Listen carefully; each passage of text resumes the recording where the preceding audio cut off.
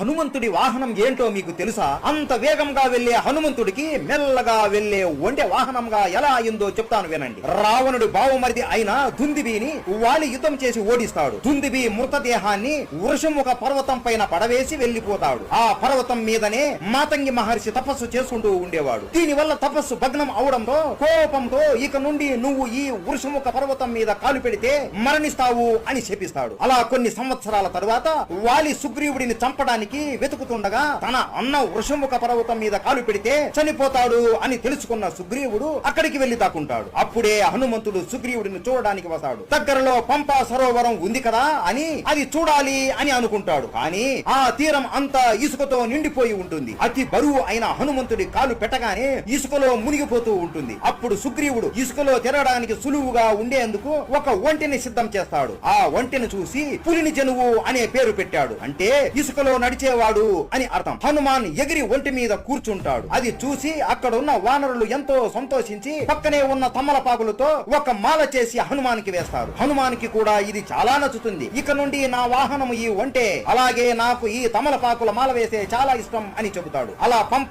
తీరం మొత్తం ఒంటి మీద హనుమంతుడు తిరుగుతాడు. మీలో ఎంతమందికి ఈ విషయం తెలుసు? కామెంట్ చేయండి. జై బజరంగబలి.